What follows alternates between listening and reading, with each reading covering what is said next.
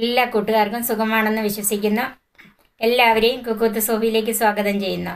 ഇന്ന് ഞാൻ വളരെ പഴയ ഒരു റെസിപ്പിയാണ് നിങ്ങളുടെ മുമ്പിൽ അവതരിപ്പിക്കുന്നത്. ഒരു സ്വീറ്റാണിത്. ഇത് ഒരു തേൻ മിഠായി, തേൻ ഉണ്ട, തേൻ നിലാവ്, ഇങ്ങനെ പല പേരിലാണ് ഇത് അറിയപ്പെടുന്നത്.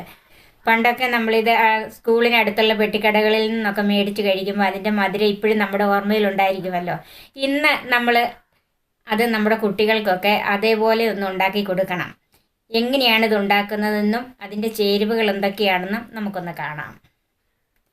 നിങ്ങൾ ഈ ചാനൽ സബ്സ്ക്രൈബ് ചെയ്യണം, അതോടൊപ്പമുള്ള ബെല്ലൈക്കൺ ക്ലിക്ക് ചെയ്യണം. അതുപോലെ ഇതുണ്ടാക്കി നോക്കിയിട്ട് നിങ്ങൾക്ക് ഇഷ്ടമാണെങ്കിൽ ഇത് ഫ്രണ്ട്സിനും റിലേറ്റീവ്സിനും ഷെയർ ചെയ്യണം.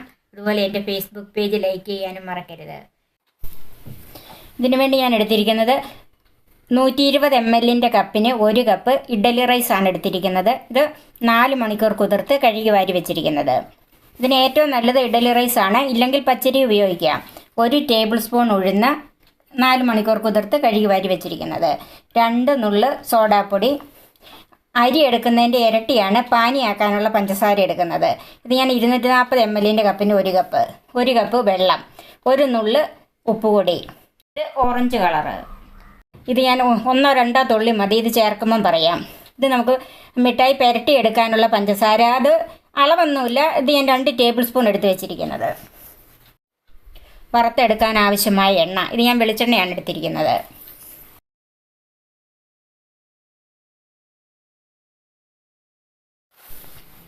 ഇനി നമുക്ക് ഈ അരിയും ഉഴുന്നും കൂടി ഒന്ന് മിക്സിയിൽ അരച്ചെടുക്കണം. വെള്ളം എത്രയും കുറച്ച് അരച്ചെടുക്കണം. ഇത് ഇഡ്ഡലി മാവിൻ്റെ അയവുമല്ല, ദോശമാവിൻ്റെ അത്രയും അയവ് വരാനും പാടില്ല. അതിന് രണ്ടിനും ഇടയ്ക്കുള്ള ഒരു അയവിൽ വേണം അരി ഉഴുന്നും കൂടെ അരച്ചെടുക്കാനായിട്ട്.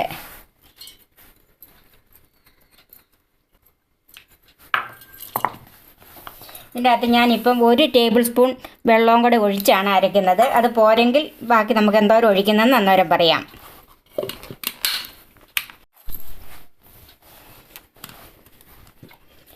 ഇത് നന്നായിട്ട് അരച്ചിട്ടുണ്ട്. ഒരല്പം തരിയോട് കൂടി അരച്ചെടുക്കണം, തീരെ പേസ്റ്റ് ആക്കരുത്. ഇത് ഞാൻ 1 ടേബിൾ സ്പൂൺ വെള്ളം കൂടെ ഒഴിച്ചാണ് അരച്ച് വെച്ചിരിക്കുന്നത്. ഇനി നമുക്കിതൊരു പാത്രത്തിലേക്ക് മാറ്റാം.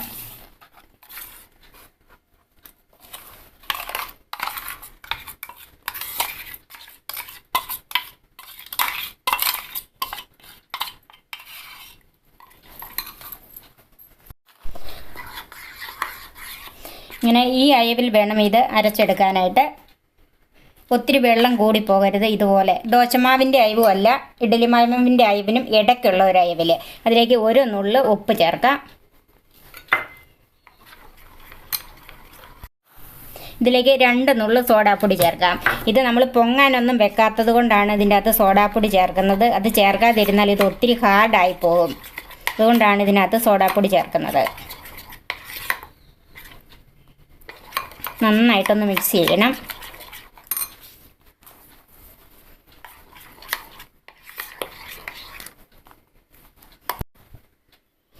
ഇത് അംഗീകൃത ഫുഡ് കളറാണ്, ഓറഞ്ച് കളറാണ് ഞാൻ ഇതിൻ്റെ അകത്ത് ചേർക്കുന്നത്. ഏത് കളർ വേണേലും നമുക്കിതിൽ ചേർക്കാം. കളർ ചേർത്തില്ലേലും കുഴപ്പമില്ല.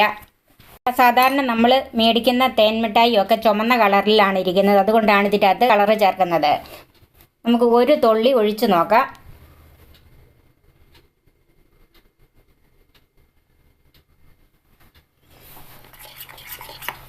നന്നായിട്ടൊന്ന് മിക്സ് ചെയ്ത് നോക്കാം.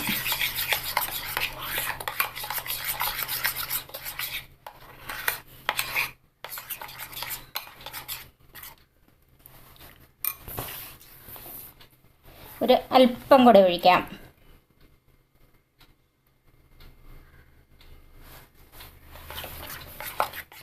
ഞാൻ ഇതിൻ്റെ അകത്ത് 2 തുള്ളി കളർ ഒഴിച്ചിട്ടുണ്ട്.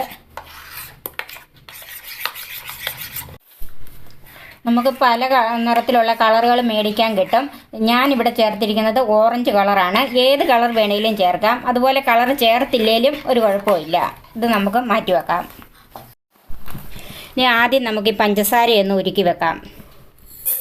അതിനായിട്ട് പഞ്ചസാര അടുപ്പിലേക്ക് വെച്ചു. അതിന് വെള്ളം ഒഴിച്ചു കൊടുക്കാം. ഇത് ഒരു നൂൽപ്പരുവ് അങ്ങനെയൊന്നും ആകണ്ട, പഞ്ചസാര നന്നായിട്ടൊന്ന് അലുത്ത് കിട്ടിയാൽ മതി.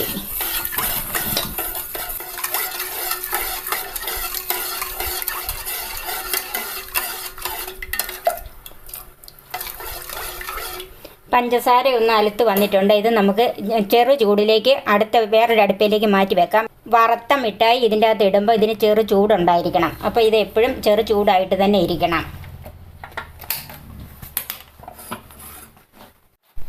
നമുക്ക് ഇനി ഈ മിഠായി ഒന്ന് വറുത്തെടുക്കാം. അതിന് ചൂടായ ഒരു പാനിലേക്ക് വെളിച്ചെണ്ണ ഒഴിച്ചു കൊടുക്കാം.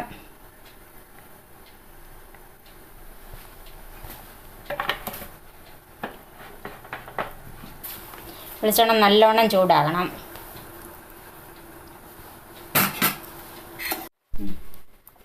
എണ്ണ നന്നായിട്ട് ചൂടായിട്ടുണ്ട്. ഇനി അതൊന്ന് തീ കുറച്ച് വെക്കണം. ഒരു മീഡിയത്തിൽ താഴെ വെച്ചാൽ മതി. ഇനി അതിലേക്ക് ഈ മാവ് കുറേശ്ശെ കോരിയിടാം.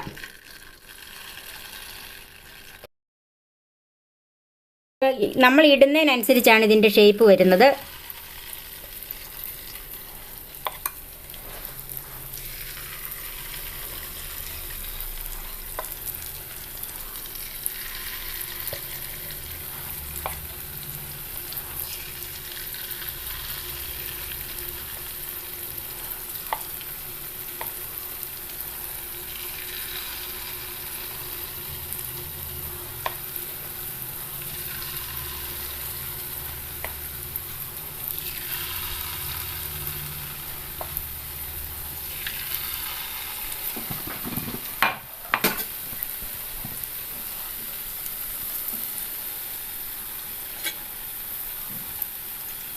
ഇത് ഇങ്ങോട്ട് പൊങ്ങി വരും. ഇത് ഒരു വശം മൂക്കുമ്പോഴത്തേക്കും പൊങ്ങി വരും. ഒത്തിരി നേരം ഇട്ടിരുന്ന് ഇത് ഹാർഡായി പോകും. ഇങ്ങനെ ഒത്തിരി നേരം മൂപ്പിക്കരുത്. ഇതുകൊണ്ട് അടിയിൽ നിന്ന് വിട്ട് ഇങ്ങോട്ട് വരും, പൊങ്ങി വരും ഇങ്ങനെ. അന്നേരം നമ്മളിത് മറിച്ചിട്ട് കൊടുക്കണം.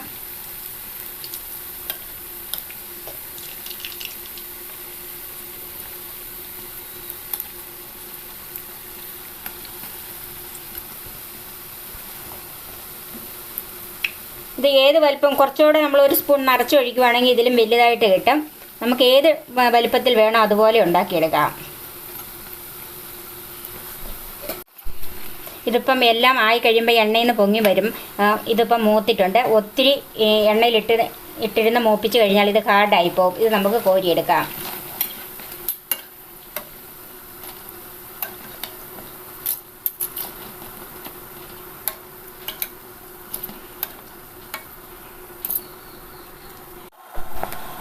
ഇപ്പം നമ്മൾ കോരിയെടുത്ത ഈ തേൻമിഠായി ഷുഗർ സിറപ്പിലേക്ക് ഇടുവാണ്. എന്നിട്ട് ഇതിൻ്റെ മുകളിലേക്ക് ഇങ്ങനെ കോരി ഒഴിച്ചു കൊടുക്കണം.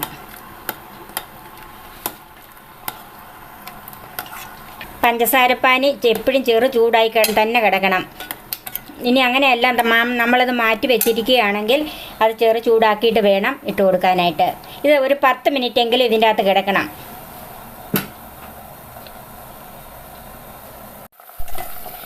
നമ്മൾ ഈ പഞ്ചസാരപ്പാനിയിൽ ഇട്ടിരുന്ന ഷുഗർ കാൻഡി ഏകദേശം 10 മിനിറ്റായി. ഇനി നമുക്കിത് കോരിയെടുക്കാം.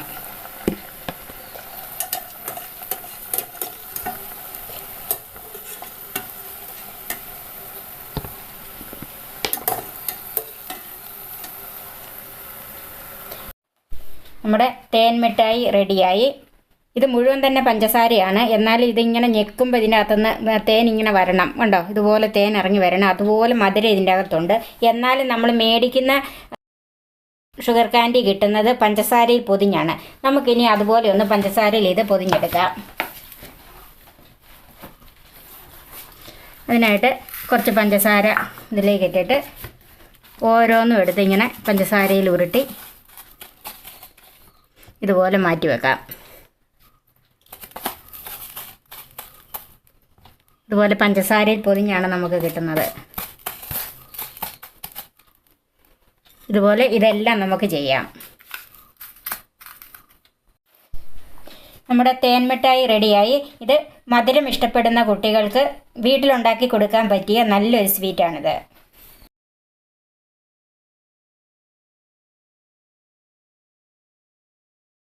നിങ്ങൾ തീർച്ചയായും ഇതുണ്ടാക്കി നോക്കിയിട്ട് ഇതിൻ്റെ അഭിപ്രായങ്ങൾ കമൻസായി അറിയിക്കണം. നമുക്ക് അടുത്ത വീഡിയോയുമായി വീണ്ടും കാണാം. ഞാൻ സോഫിയ കുര്യാക്കോസ്.